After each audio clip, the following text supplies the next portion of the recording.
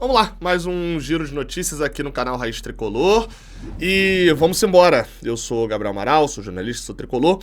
Nesse vídeo aqui a gente vai falar um pouquinho agora, já de cara inclusive, sobre o Martinelli. A gente abre falando disso, depois a gente fala da questão do presidente de São Paulo, da arbitragem, todo o problema que vem acontecendo e, enfim, né, as pessoas criaram agora, além do jornalismo freestyle, a crítica freestyle. Mas vamos falar do Martinelli aqui.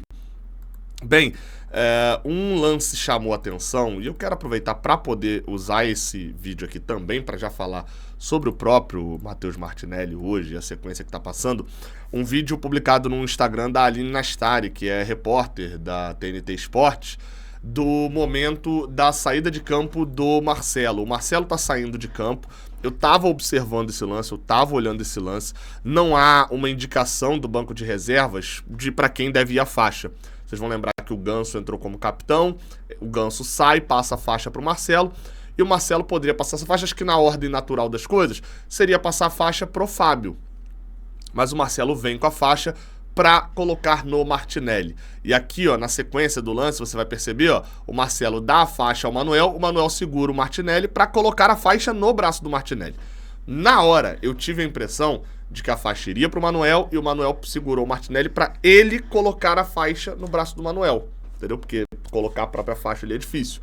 Mas não, o Manuel tava segurando a faixa e segurando o Martinelli para colocar e deixar o Martinelli como capitão. Como provavelmente uma forma de dar um apoio, um entusiasmo para o camisa de número 8 do Fluminense. Bem, vocês vão ver aqui na sequência que o Martinelli nega. Há até ali uma discussão ali curta, né? Com o Martinelli fazendo questão de colocar a faixa no braço do Manuel, batendo ali, falando, cara, é você que vai ser o capitão mesmo, eu não quero ser capitão, vou até repetir aqui, ó, mostrando que ele quer passar a faixa mesmo pro Manuel, que ele não quer colocar a faixa de capitão. O Manuel dá um apoio ali a ele coloca a faixa e o Manuel termina o jogo como capitão, fica tudo certo ali entre eles, enfim, o Manuel dá aquele apoio, dá aquela moral. Porque a próxima história era do John Arias, né? Cara, vamos lá. Eu confesso que o meu primeiro olhar sobre isso, como eu falei, foi no Maracanã, foi uma visão errada da situação. Vendo isso, meu primeiro olhar foi o seguinte, falei, caraca, é o Martinelli fugindo da responsabilidade e tal. Acho que, de fato, essa é a análise mais fácil da gente ter. Mas o Fio falou um ponto bom na live do Canal 20 quando a gente tocou nesse assunto. Eu compreenderia o Martinelli simplesmente não querer o protagonismo nesse momento. Porque eu entendo o lado do Marcelo de chegar e falar, ó, vamos dar moral pra esse maluco aqui, vamos meter uma braçadeira de capitão no braço dele, mostrar que o time tá unido, pra torcida valorizar, estamos ganhando o jogo e tal. Por outro lado, a gente já viu isso nesse ano, a faixa de capitão ser utilizado pra isso, e eu acho que é completamente errado, inclusive, como, por exemplo, naquele jogo que John Kennedy vira capitão com o Fernando Diniz. Eu acho aquilo um negócio de maluco. E aí, se for o Martinelli só um Martinelli fugindo das responsabilidades, eu concordaria com a crítica. Acho que, de fato, um jogador que foge das responsabilidades. Só que a gente pode ter... E o Martinelli não vem jogando nada realmente nesses últimos jogos. A crítica ele é justa, ele não tá jogando bem. Até vi uma análise hoje do Mário Marra, que é comentarista, um dos poucos bons, comentarista lá da ESPN, falando que o Martinelli é um jogador que ainda não absorveu a saída do Diniz, é um jogador que está preso no dinizismo. Tem os jogadores que estão presos em 2023, o Martinelli está preso no dinizismo. Ele não vem bem, é fato. Mas se tem uma crítica que não dá para dizer é do Martinelli se escondendo. Isso é um fato. O Martinelli não é um jogador que some do jogo, que desaparece. Ele não é um jogador que não vai pra dividida. Ele vai pra dividida e perde, como aconteceu inclusive contra o Cruzeiro.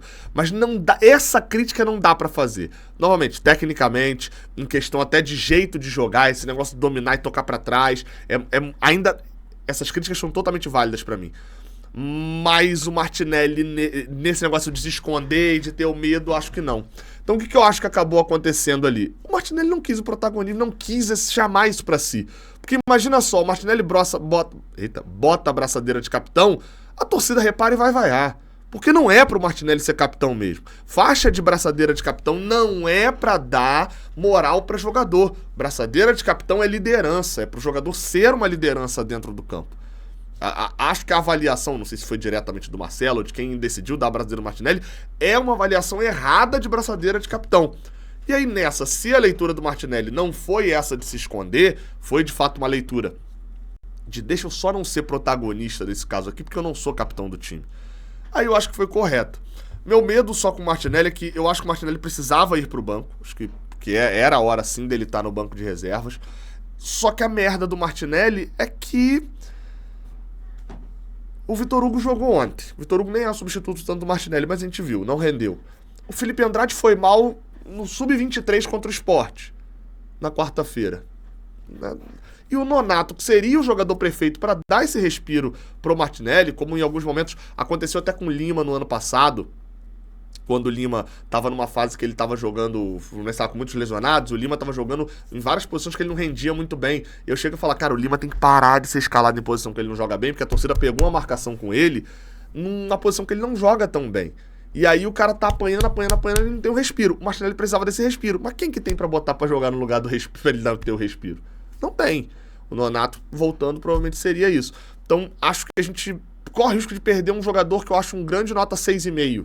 O Martinelli é um jogador que seria titular em boa parte dos times aí do Brasil, em alguns ele seria banco, mas seria titular em um monte de time do Brasil, não teria vaga hoje pra mim na Europa, não é esse o jogador. É um jogador que vai ter uma carreira, pra mim, parecida com a de um Arouca da vida, que foi titular em vários times do Brasil, nunca foi lá pra fora, não foi um super jogador, mas foi normal dentro do Brasil.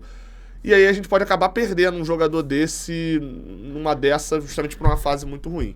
Então, a questão da braçadeira, minha análise particularmente é essa. Mas você pode fazer a sua na caixa de comentários aqui embaixo. Vamos falar desse negócio do São Paulo aí, cara. Eu não gosto de ficar repercutindo. Esse dia, até comentamos disso na live Canal 20 agora há pouco.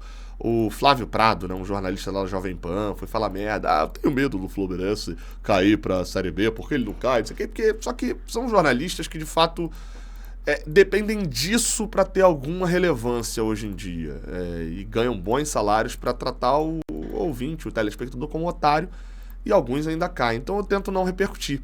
Mas hoje o presidente do São Paulo, e aí o presidente do São Paulo não é alguém que depende disso, né, para poder aparecer, e aí o presidente do São Paulo deu uma declaração muito perigosa. Vocês vão ver aqui, ele falou com a reportagem do GE. Globo sobre a questão da anulação do jogo. Para dar um contexto rápido e trazer uma notícia também, Fluminense ganhou do São Paulo por 2-0, e na vitória, lá na reta final ali, antes da data FIFA de setembro, um primeiro gol teve uma polêmica de arbitragem, né? O Thiago Silva teria batido uma falta que não foi marcada pela arbitragem, e aí por não ter sido marcada pela arbitragem a falta, ele não poderia ter botado a mão, enfim, um contexto gigante que você já acompanhou nos últimos dias. O São Paulo, que eu tô chamando inclusive de anulação Paulo, porque tá pedindo anulação de vários jogos aí na justiça, já pediu em 2020, pediu agora de novo, foi pra justiça pedir anulação de um jogo que perdeu, né? E perdeu merecidamente, enfim, em que não houve erro de direito. E, inclusive pediu essa anulação fora do prazo. Dito isso, foi julgado o árbitro, né, o Paulo César Novelli, que pegou uma suspensão de 15 dias. Ele disse que, inclusive, ele poderia ter melhorado a comunicação dele, porque ele deveria ter dito no VAR que ele autorizou, mas, enfim, acabou pegando uma pena... uma pena pouco considerável, sendo bem sincero, né? Ele pega essa suspensão de poucos dias, era o mínimo que ele poderia receber pelo artigo lá que ele foi julgado. E detalhe, esses 15 dias quase não vai ter jogo no Brasil, e essa suspensão não vale para jogos internacionais, e ele está escalado para apitar Equador e Paraguai pela Copa... as eliminatórias da Copa do Mundo. Então, uma medida que praticamente não afeta em nada, deram só uma suspensãozinha ali a ele. E já o julgamento lá do erro de direito que o São Paulo pediu, parou porque foi pedido de vista de uma auditora, mas já estava todo mundo votando para nem receber, nem julgarem o caso por causa da perda de prazo do São Paulo. Mas o presidente do São Paulo foi dar uma entrevista hoje para comentar uma declaração do Mário Bittencourt na última semana, quando o Mário Bittencourt deu entrevista e foi perguntado sobre o caso. Só que, até por uma questão de ordem cronológica, antes de ver a declaração do presidente de São Paulo, vamos ver o que o Mário Bittencourt falou quando foi perguntado sobre esse assunto. Na verdade, ele estava até respondendo também sobre Fluminense e Atlético Goianiense. Eu dei uma aceleradinha no vídeo, dá para compreender perfeitamente, mas só para o vídeo não ficar muito extenso, né? Enfim. O Fluminense não vai aproveitar para falar desse tema aqui. O Fluminense não vai, em momento algum, buscar anulação da partida, impugnação da partida, como o São Paulo está fazendo contra nós, a meu ver, de forma absurda, né? Estou até espantado e estupefato com o fato de uma auditora ter pedido vista no processo. O processo já tinha com 3 votos caminhados durante a semana passada. Não entendi o pedido de vista, de suspender um processo que era para ter sido resolvido.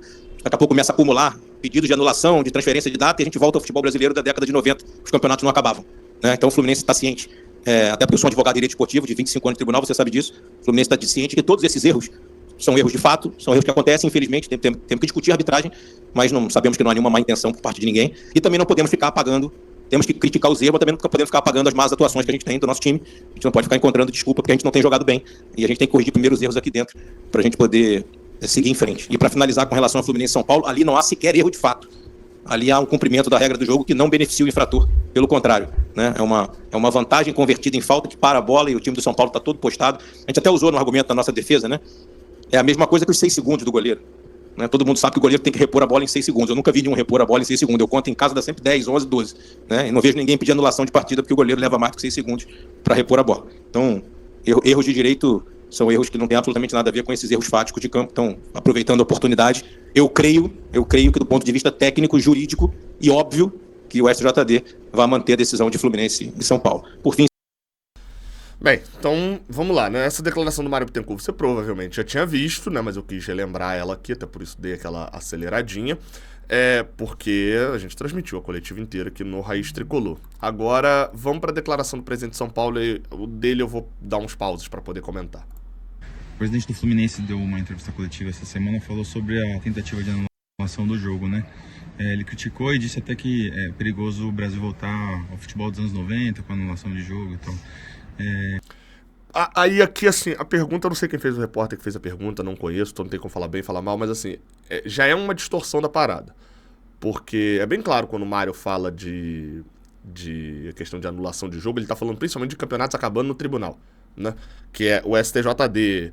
Quando acontece uma situação como 2013, que o Flamengo escala um jogador irregular no sábado na última rodada, a Portuguesa escala um jogador irregular no domingo na última rodada, esse julgamento vai ter que acontecer depois do campeonato. Você não tem como, né, julgar antes do campeonato acabar. Aí, ok.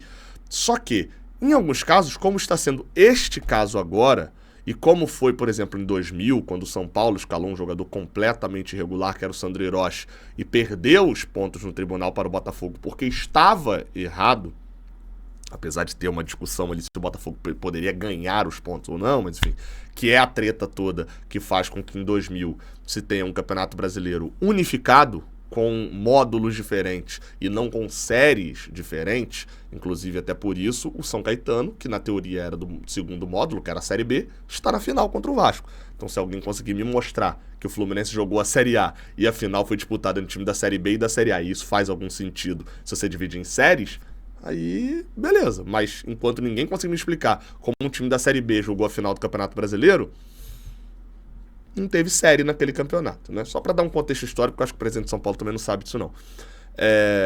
Os campeonatos, o que está acontecendo agora? O STJD pode jogar esse campeonato para acabar em dezembro, no final de dezembro, segurando essa anulação do São Paulo para, por exemplo, imagina só, o Fluminense termina 2 pontos à frente do Z4.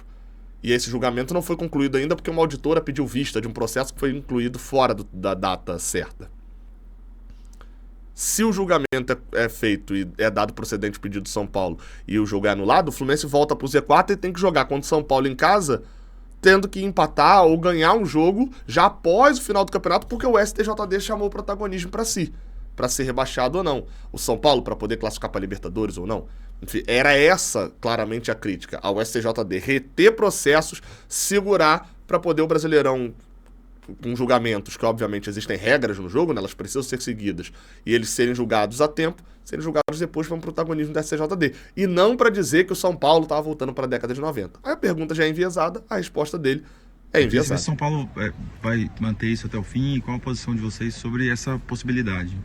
Eu vi a declaração do Mário Bittencourt, que eu reputo um amigo, eu gosto dele como dirigente, mas eu acho que ele errou, ele derrapou, né? Porque se a gente voltar para os anos anteriores, a gente pode observar que teve times que subiram para a divisão especial, passando por cima da regra que foi estabelecida dentro do campo. Novamente, qual era a divisão especial? Né? Qual era a primeira divisão? Ele nem fala primeira divisão, né? E não passou por regra, né? O Campeonato Brasileiro não foi organizado em 2000 com uma regra baseada no Campeonato Brasileiro de 99. Se fosse, inclusive, o Botafogo teria que estar na Série B, ou então o Gama teria que estar numa Série B, mas não foi. Os módulos foram desorganizados. O Náutico, o Bahia, por exemplo, que estava na Série B de 99 e não subiu, estava no módulo principal de 2000. Tem uma série de incongruências aí, né? O campeonato, por exemplo, de 87, você vai ter ali 2 módulos. Num lado do módulo está o campeão de 86, no outro lado do módulo está o vice-campeão de 86. Isso não quer dizer que seja a primeira e segunda divisão. Enfim, é só mínimo conhecimento histórico, mas a intenção do presidente de São Paulo é chocar e dar uma declaração só para chamar atenção mesmo. Isso sim é voltar anos atrás. O que nós temos é trabalhar de acordo com o que a lei nos permite. O São Paulo A lei permite que até 48 horas após a divulgação da súmula, um time entre no STJD com um pedido de anulação.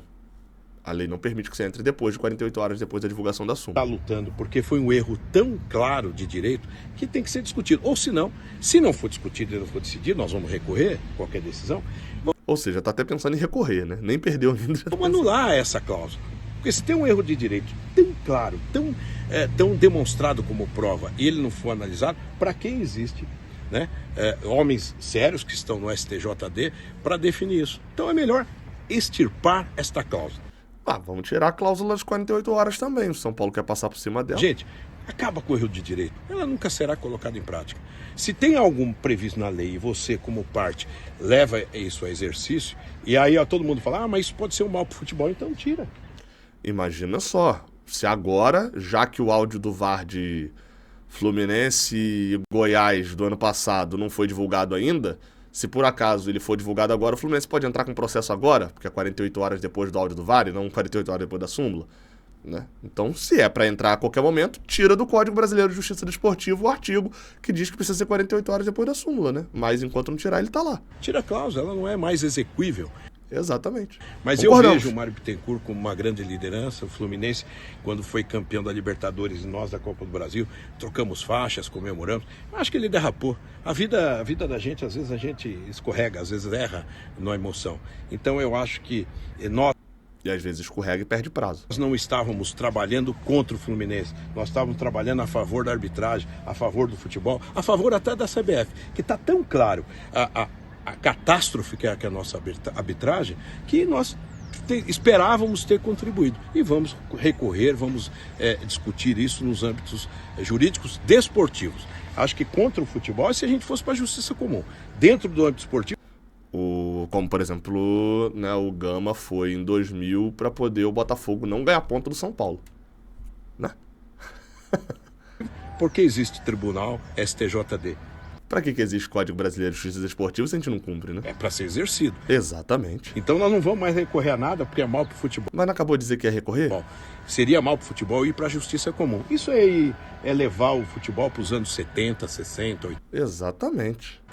E também inverter resultado que deu no banco. Imagina só, o Botafogo é o ponto de vocês, hein? Vocês escalaram o jogador irregular. No regra do jogo, onde você cai para outra divisão. Exatamente. Imagina, só você cai e tinha um escândalo de arbitragem, aí para não terem que rebaixar um rival teu, a gente tem que cancelar rebaixamento. Senão é uma loucura isso, não vai ter ser, né? Depois você sobe.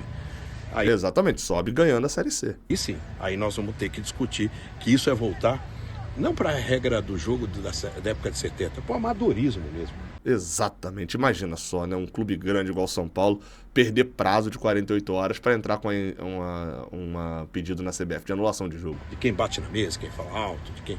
Falou baixinho, pelo menos isso. E não é isso que nós queremos. Por isso nós queremos uma liga. E uma... Que liga? Mas você, na hora que começou a montar a liga, o grupo de São Paulo fechou um bloco com o Flamengo e acabou, pô? Mário Bittencourt vai ser muito importante nesse processo. Será que vai ser? Enfim, tá aí, tá? Declaração do presidente de São Paulo. Como é presidente, eu não fico repercutindo o jornalista não, mas presidente às vezes é bom de falar umas verdades também, tá? Tamo junto, até a próxima. Valeu.